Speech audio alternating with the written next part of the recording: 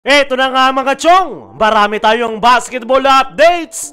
Justin Brownlee pa rin para sa Ginebra next conference. Latest update kay Troy Rosario. Saan nga ba talaga mapupunta? Ginebra na nga ba?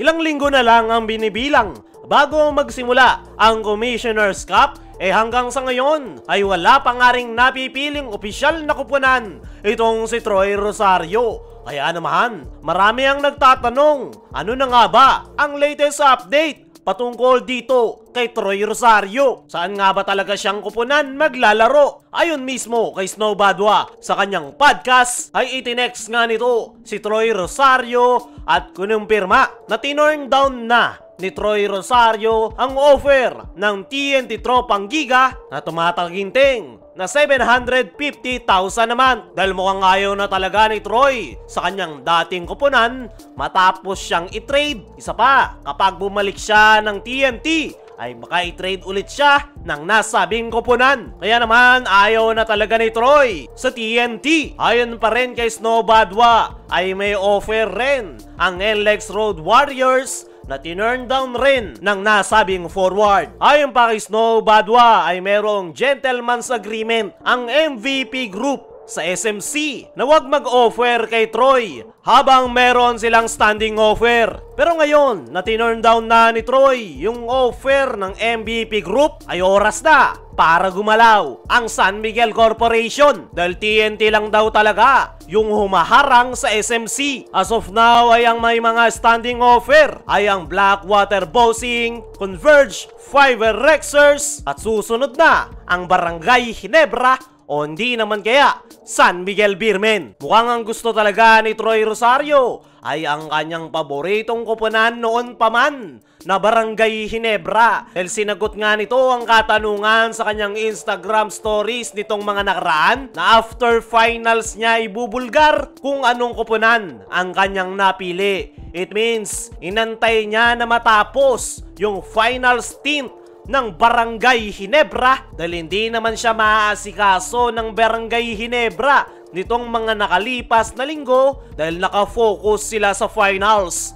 Pero ngayong tapos na ang Governor's Cup at nangangailangan ngayon si Coach Tim Cone ng additional reinforcement sa kanilang front court position ay mismong si Troy Rosario na ang nag-o-open ng pinto para sa Barangay Ginebra. Ayon naman sa ating mga trusted source ay minamadali na si Troy ng kanyang mga handler na magdesisyon dahil magdadalawang buwan na siyang walang kupunan. It means wala siyang sahod na nakukuha. Pero hindi nga yan madaling desisyon para kay Troy Rosario dahil malalaking kumpanya nga ang mga nakaabang sa kanya. Kaya kailangan niya talagang mamili kung ano talaga yung kupunan na makapagbibigay ng magandang future sa kanyang pamilya. As of now ay ang madikit na nagagawan ngayon dito kay Troy Rosario ay ang Converge, Fiverr Rexers at SMC teams. Partikular na ang Barangay Ginebra. Panigurado, gagawin ng Barangay Ginebra ang lahat para lang ma-secure itong si Troy Rosario. Dahil gaya nga ng sabi natin kanina,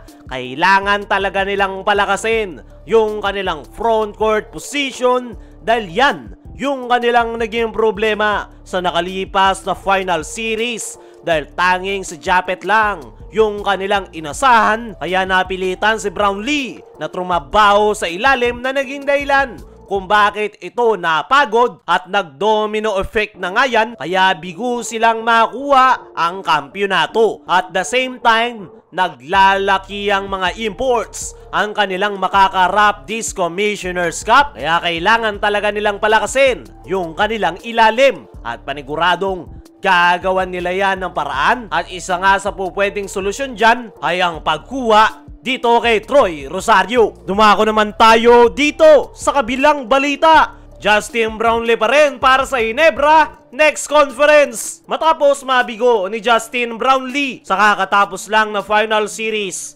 kontra TNT Tropang Giga ay pumutok nga yung balita na pinag-iisipan ni Justin Brownlee na magpahinga muna this upcoming Commissioner's Cup at binibigyan nga ito ng Ginebra Management na 1 hanggang 2 linggo para magdesisyon kung maglalaro o hindi. At base sa mga actions nitong si Justin Brownlee ay mukhang maglalaro pa rin ito sa Barangay Ginebra dahil ayon sa mga source ay sapat na raw para kay Justin Brownlee ang pahinga na kanyang matatanggap dahil matagal-tagal pa naman ang laro ng Barangay Ginebra. Hindi nga rin totodo si Justin Brownlee this upcoming window para sa Gilas, Pilipinas dahil magpapalitan sila ni Angelo Kwame. Si Brownlee ang maglalaro kontra New Zealand at si Angelo Kwame naman kontra sa Hong Kong. At may posibilidad rin na hindi maglaro si Brownlee pero mas malaki yung chance na tag-isang laro sila ni Angelo Kwame dahil kayang-kaya naman ang Gilas, ang Hong Kong. Para na rin makapagpahinga si Justin Brownlee bago magsimula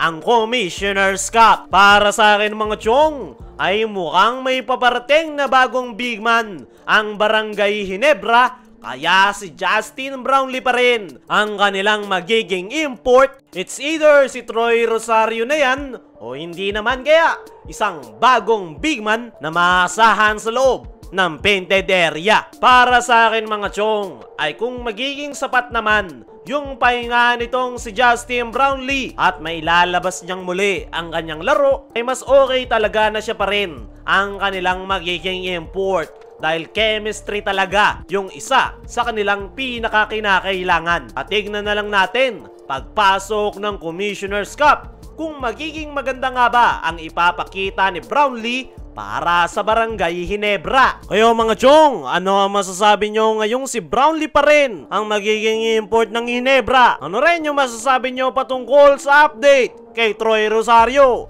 I-comment mo lang dyan sa ibaba.